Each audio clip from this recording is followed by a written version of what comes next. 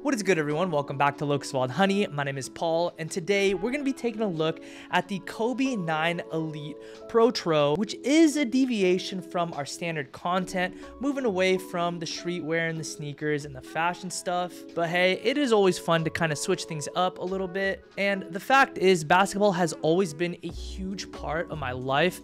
To even go a little bit further, growing up in the 90s without my dad, Kobe would eventually become somebody I looked up to often and aspired to be like, as I attempted to shape my mentality around this Mamba mentality. But that is another topic for another day. For the purposes of today's video, we're going to be breaking down these sneakers here, but for us, we're going to talk sizing, and eventually we're going to get some gameplay in these sneakers here, resulting in me sharing my honest opinions on whether or not I would recommend the Kobe 9 Protro Halo for you. Now, just before we head over to LA Fitness and get some runs in, I did want to ask you a huge favor.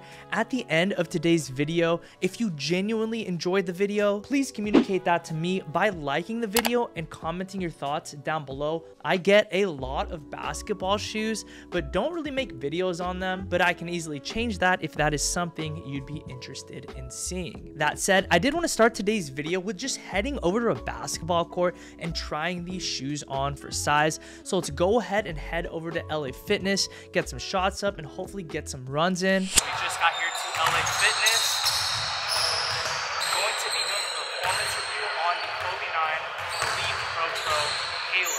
Alright, so first things first, I think that it's important that I let you guys know how fit is. I take a size 9 in pretty much everything, so that's what these are, usually size 9 as well. I'm hoping that they fit good. Oh yeah, these feel good. There is a little bit of wiggle room at the toe, so I would say they run a little bit more narrow and slightly longer than, say, a pair of 6s, but they're definitely wearable. Let's see the traction. Oh yeah, the traction is great.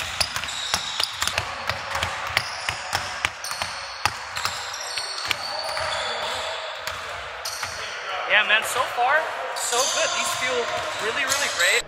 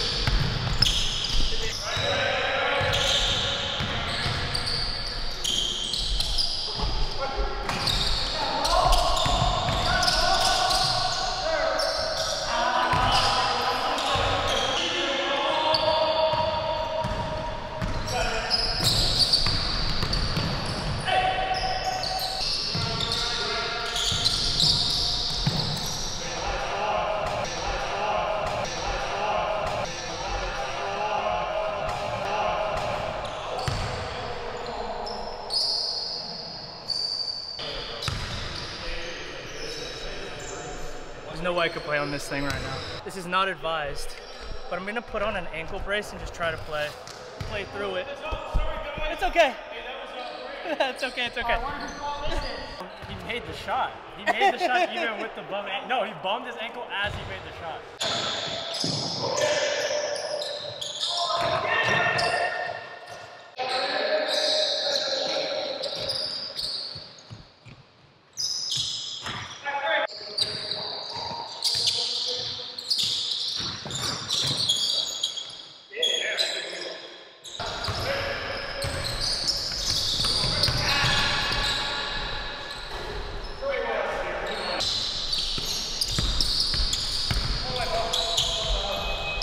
What is good, guys, and welcome back to present day. As I did mention, I did roll my ankle. I tried to play through it a little bit, but I was really only able to play a couple games. But despite that, I was able to get a really good sample size of what it's like to play in these shoes, which we will be discussing today in detail. But to start things out, let's go ahead and unbox these boys. They come in a black flip lid box that's got a nice snakeskin detail on it, referencing Kobe's nickname, the Black Mamba, with Kobe's signature and logo on the top of the box. Out front, you've got a standard size tag that reads Kobe 9 Elite Protro, and of course the size of the sneakers themselves. They do come encased in white tissue, and here we have the sneakers. The upper is predominantly made from a thick yet somewhat pliable Flyknit, providing a good level of breathability as the material does allow heat to easily dissipate. This theme of breathability stretches its way over to the tongue, as it is made from mesh and features ventilation holes all the way throughout. All of this sounds great, but something that might concern you is the sweat might permeate through the sneaker. Over time, this could possibly dry up and turn yellowish. Well, I am happy to inform you that I actually do also own the Kobe 8s in the Halo colorway. There is virtually no signs of yellowing from sweat or wear to be seen here. They do get a little bit dirty and show it, but that does come with the territory when you're wearing a completely white shoe like these here. Now, to move through to the midsole, the Kobe 9 Elite Protro features a drop in midsole that is absolutely elite. The reason for that being is that it is comprised of React foam, which is excellent for energy return. All of this is designed to work perfectly with Nike's patented full-length Zoom Air unit. Now, working our way to the outsole, you do have an outrigger located at the forefoot, which is there to add stability against rolling your ankle.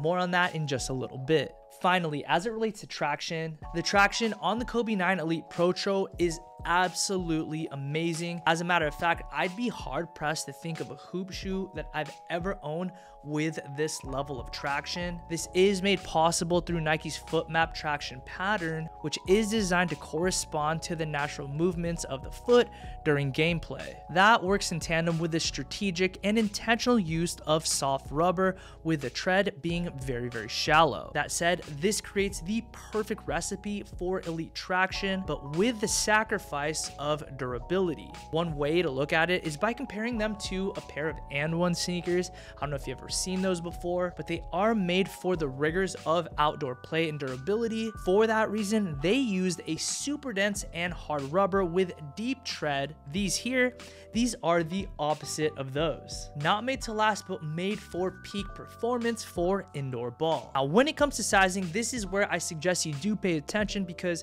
I do believe this shoe is different for different types of feet. For me personally, I do take a size 9 in pretty much everything. These are a size 9, and as stated earlier in the video, they're definitely doable, but I do say the word doable because there is a little bit of wiggle room here at the toe, which I don't think impacted their performance, but I do think I could have potentially been happier with a half size down. With that said, I do find the shoe to be kind of more on the narrow side, so if you have a wide foot, sizing down a half size for length might come at the expense of the width of the forefoot area, which could result in a lot of discomfort. So do with that information what you will. Going true to size was doable, but wasn't a perfect fit for me. With that to say, my overall thoughts on the shoe is that they're elite from almost every single metric.